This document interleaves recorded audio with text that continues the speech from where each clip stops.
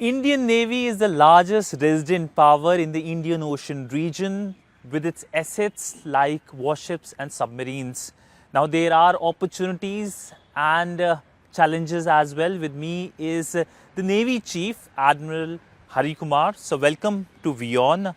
It's pleasure to speak to you here at the Navy House.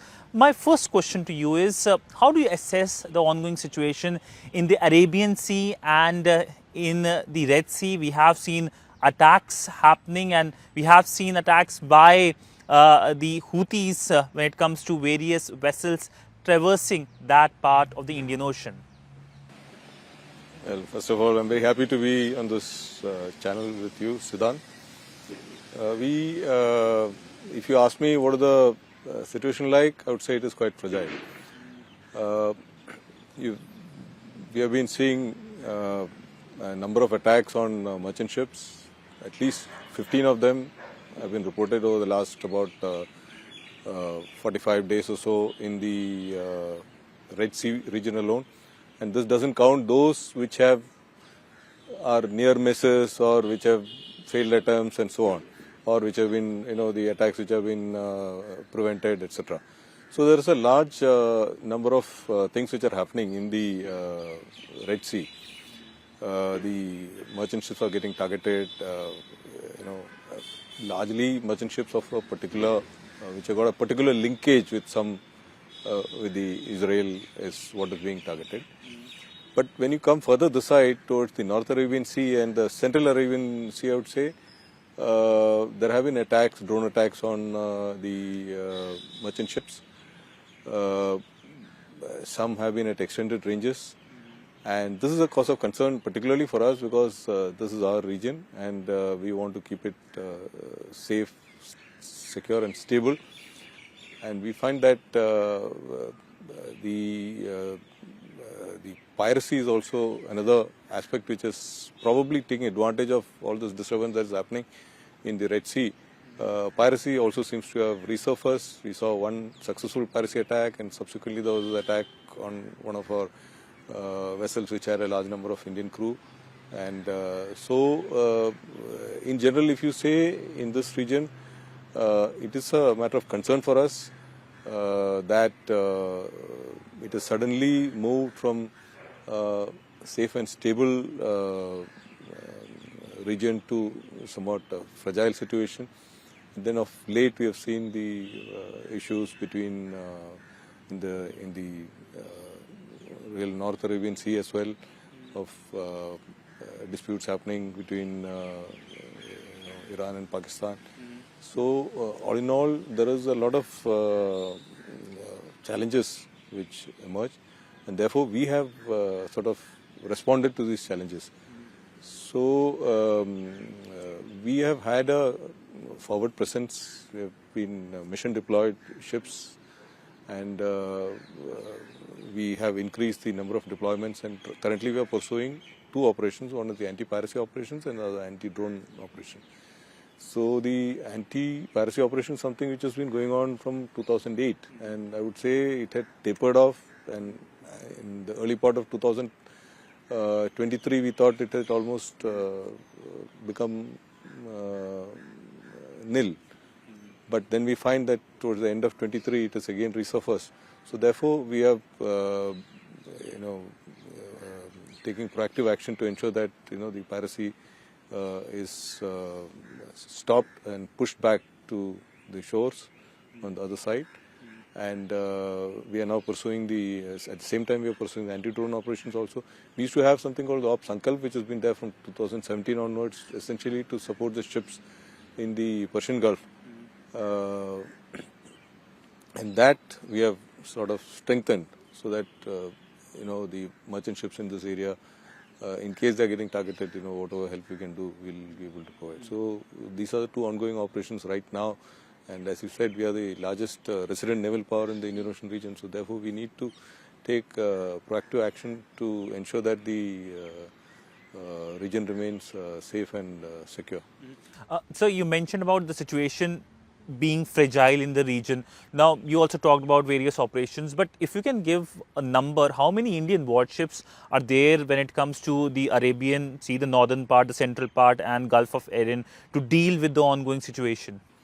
See, from 2008 onwards, we have been continuously deploying one warship in the Gulf of Aden for anti-piracy operations. And so far, by now, must have rotated about 106 ships, which have been 24/7 deployed there to ensure that we support the merchant ships, escort the merchant ships, and so on.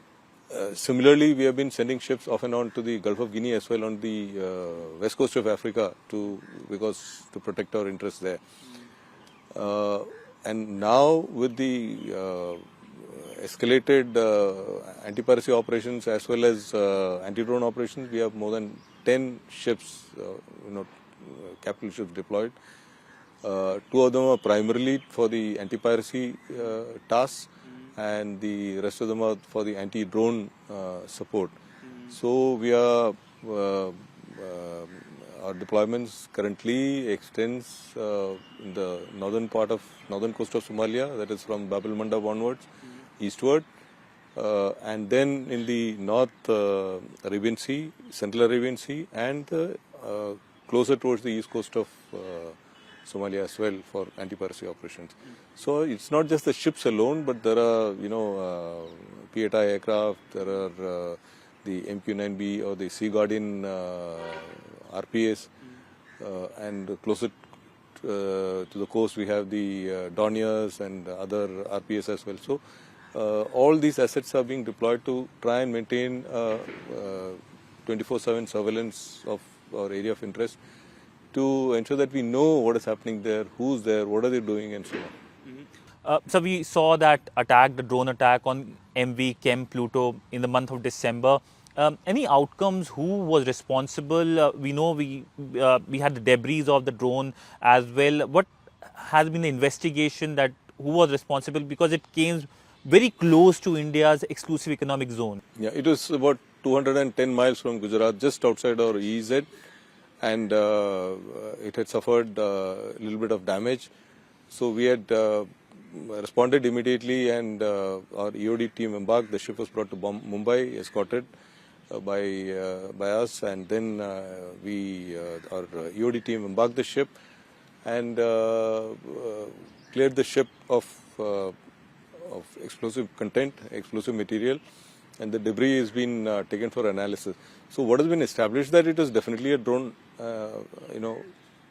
that has caused this damage, but the fragments were very few because a lot of it had already perished, and it is now gone for forensic analysis. So only conclusively we can say it's a drone, but where it has come from, who's launched it, etc., is still under discussion.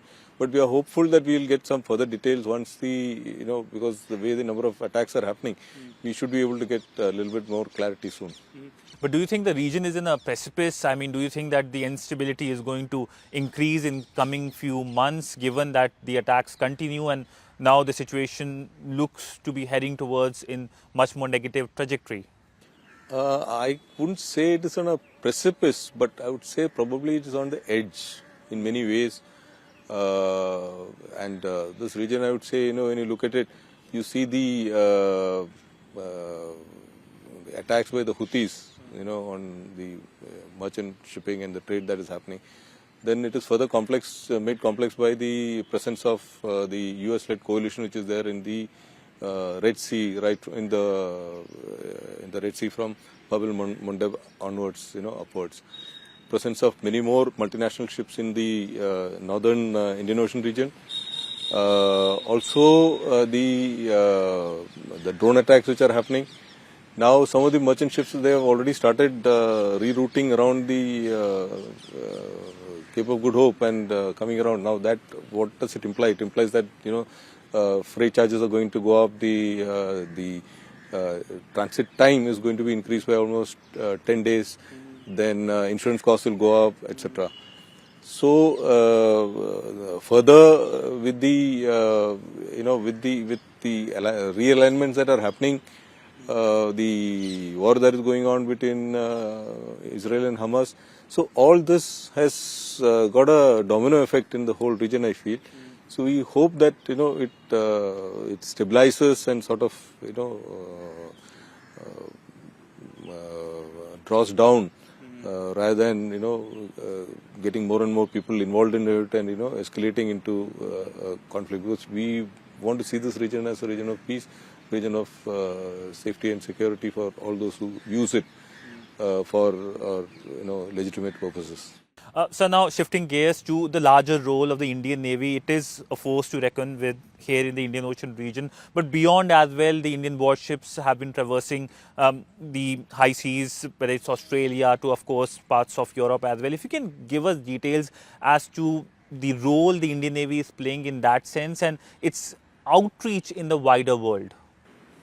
See, when you look at the Indian Ocean region, we are guided by the principle of Sagar, security and growth for all in the region, which has been articulated very clearly by our Honorable Prime Minister. So, when we look at that and use that as a base, doctrine, and when we deploy, so therefore we look at all the friendly foreign countries in the Indian Ocean region first. We are involved in their, training, capacity building, capability development, and exercises. So all this is aimed at building mutual trust and long-term engagement with them, so that the oceans really the problems in the oceans are something which cannot be solved by just one country alone. So you need cooperation from the countries in the region. So therefore, what we do is we engage with them and we treat them equally, because irrespective of the size of the force that you have, you always have something to contribute. Either it's some expertise or local knowledge or some skill that you have, which you can bring to the table, or the information that you have. It will all add to cooperation and coordination. So therefore, we engage with them. Now, the navies typically have 4 roles. That is the main purpose, of course, is combat and or war. Otherwise, we do have 3 more, which is constabulary role and benign role and diplomatic role. So, in the diplomatic role, we engage with one is the engagement with the countries in the region, and then engagement with other partners, friends and partners. So the task of a navy, I would say, just as Admiral Mahan had said, the need for a navy rises with the need for peaceful shipping or merchant shipping and dies with it. That means if you have trade, if you have merchant ships, then you require a navy. If you don't have trade, if you have nothing to trade, if you don't have any merchant ships to carry your stuff, then you really don't require. So that is the basic, essence of, why a navy is required. So, we as a maritime force, our job is to, protect, preserve, promote and pursue India's national interests in the maritime domain wherever they lie. So, therefore, we have now interest on the west coast of Africa, we have interest in South China Sea, we have interest in the Pacific, Indo-Pacific. So, therefore, it is incumbent on us to be able to, protect these interests when required by the government. So, you will see that, our ships have been deployed to the Gulf of Guinea. They have, visited, ports in the Atlantic. At the same time, they have also, visited ports in the South China Sea. They have, last time one of our ships last year have gone to Japan. We have deployed to submarines to Australia and to Indonesia. So it just sort of shows the flexibility, the reach, the endurance, and the ability to deploy to large distances as a credible military naval force. So you mentioned about the Indian Ocean region. Now there is one concern of increased Chinese presence. How does the Indian Navy deals with it? See, every country has got a right to use the oceans for legitimate purposes. Actually, we say that the oceans do not divide; they actually unite. So, China is looking for energy, sources for energy, for raw materials, minerals, and at the same time it's also looking for markets. So therefore, China is here to engage with the countries in the region for various things. It's okay with us so long as it is pursuing legitimate interests.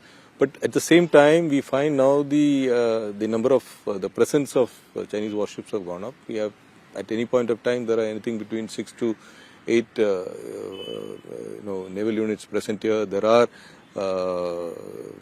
research vessels present, and there's a large number of fishing vessels also present here.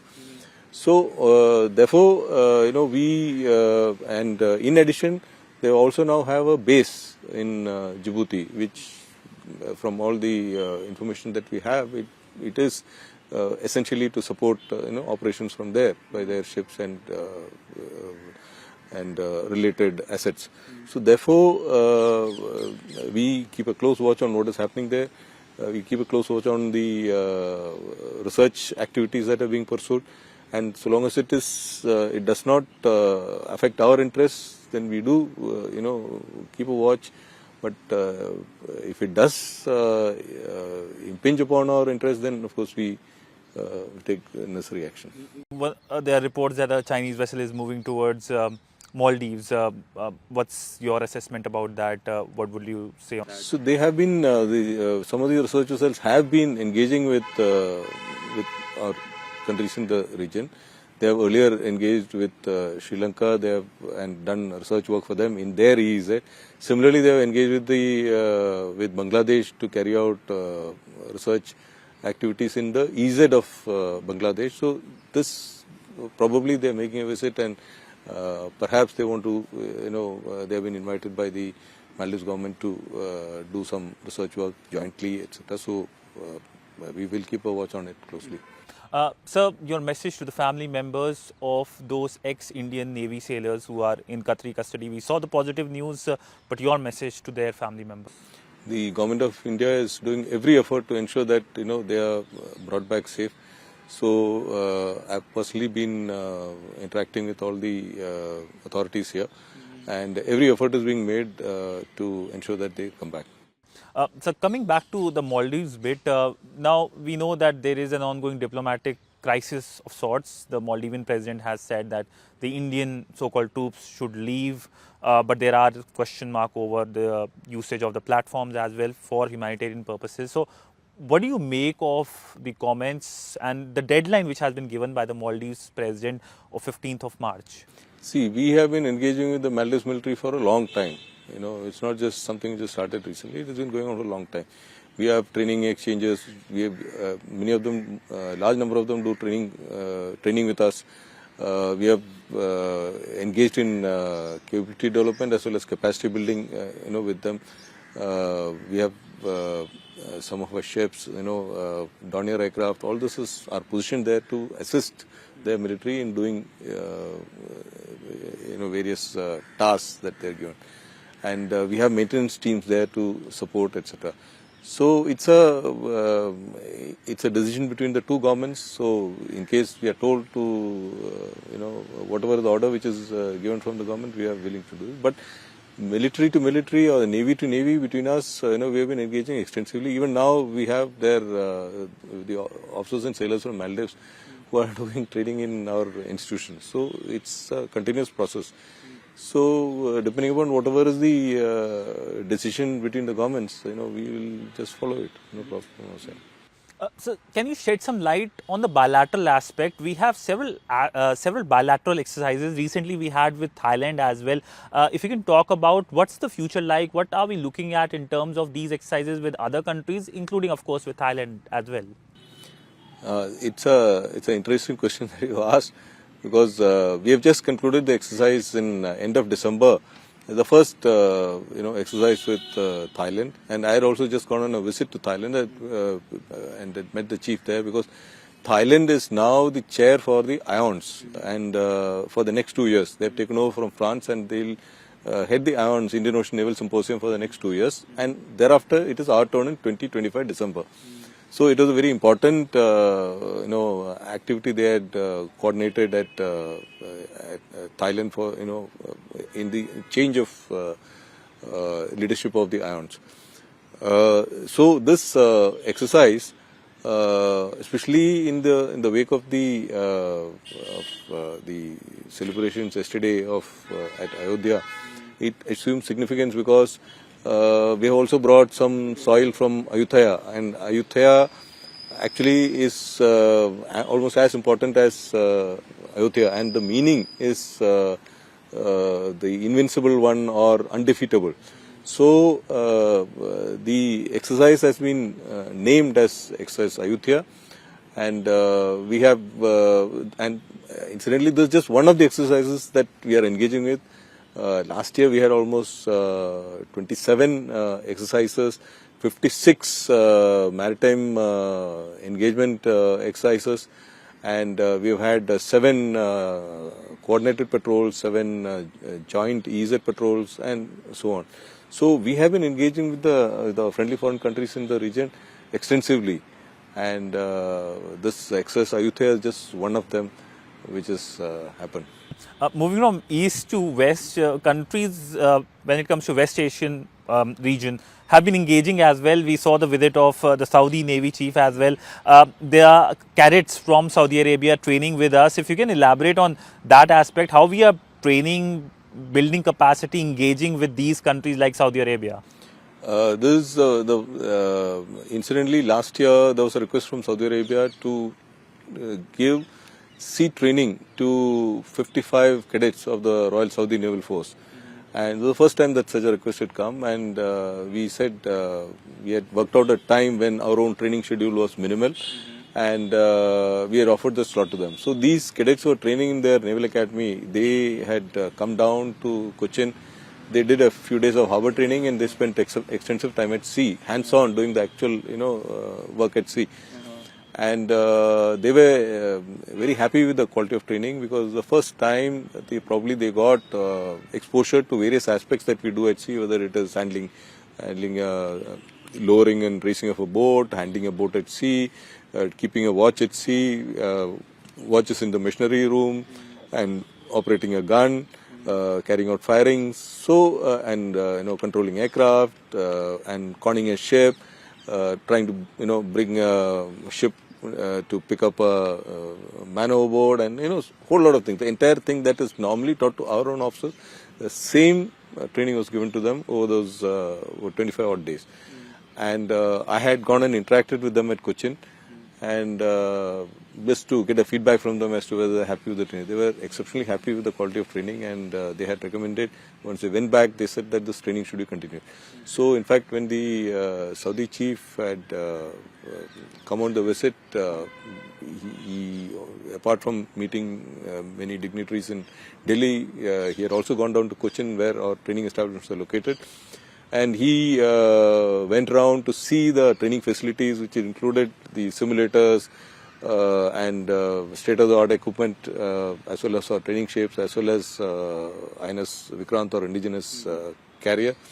So the team was very satisfied and impressed with the quality of training that we give, and in fact they have already requested to accommodate 67 cadets in the next batch, which is likely to come in this year, somewhere in May, June or so.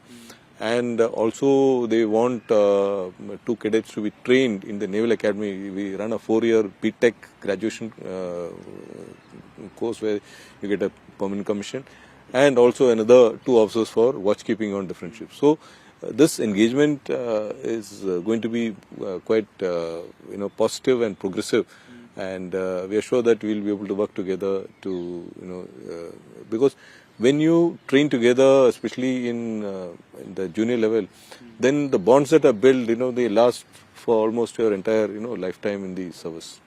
From bilateral to multilateral, we're looking at the Millan Exercise in February. If you can talk about that, how many countries are participating, and what will be the scale of this year's Millan Exercises? We have invited more than 58 countries. We got response from almost 47 countries so far. We are quite sure that we may have about 50 plus countries participating. Already almost 18 ships and 1 aircraft are likely to be a part of the Millan.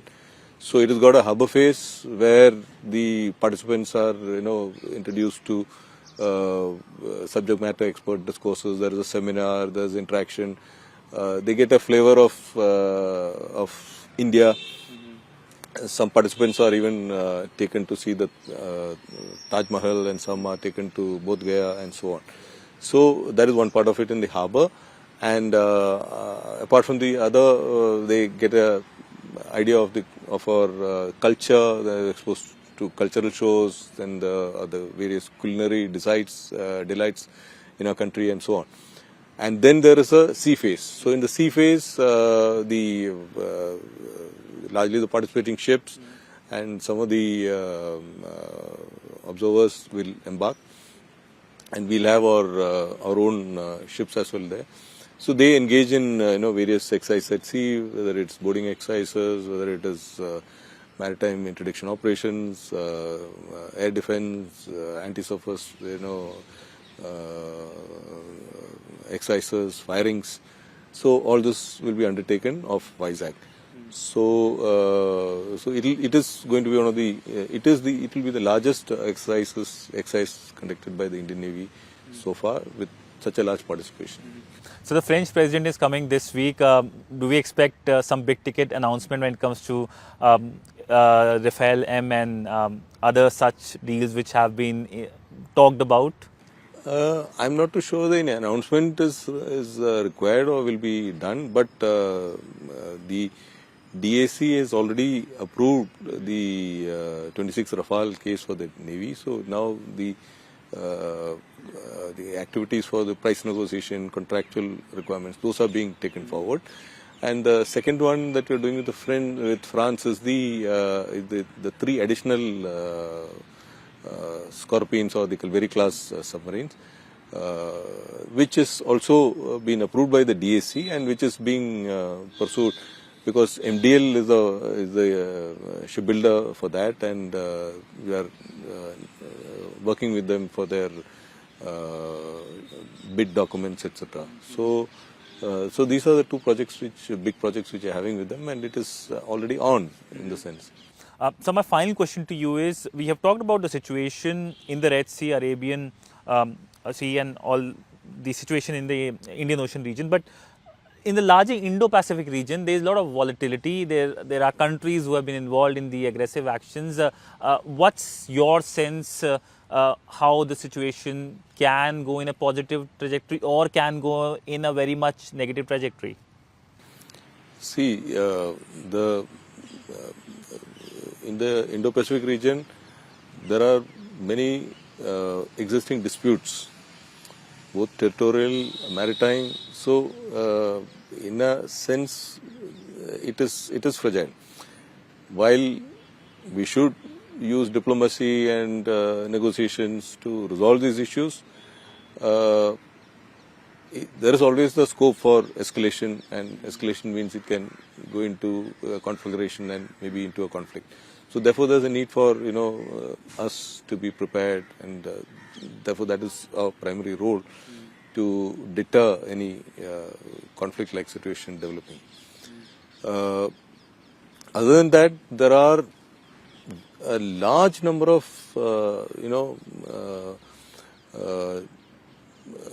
other anti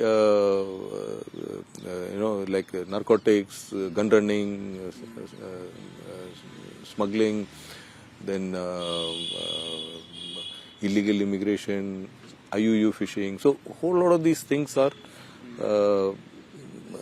happening in the Indian Ocean region, and by various actors. So therefore there is and all these also, because of the money that gets generated, it translates into violence, into terrorism, and so on. So, and these are problems, I would say, without passports, in the sense they can move from one region to another without, they don't require any passport, nothing. They traverse down, they sell drugs, they can sell arms, they can bring in people, they can cause terror acts and so on. So therefore, the need for great vigilance, and so we are cooperating with many of the countries in the region. As you are aware, there is cooperation between the Quad countries as well, because we have a common vision of a free, open, inclusive Indo-Pacific, which is based on a rules-based order, and they were working on various aspects like IPMDA, Maritime Domain Awareness in the Indo-Pacific, where the inputs are collated together at various places so that you have a fairly comprehensive picture of what is happening in the region and who's doing what and what are they up to and so on. So there is collaboration and some amount of competition as well. Well, on that note, thank you so much, sir, for speaking to WION. It was lovely to speak to you on a range of issues and get a perspective as to how the Indian Navy is dealing with the opportunities and the challenges. Thank you so much, sir. Thank you, Sidhant.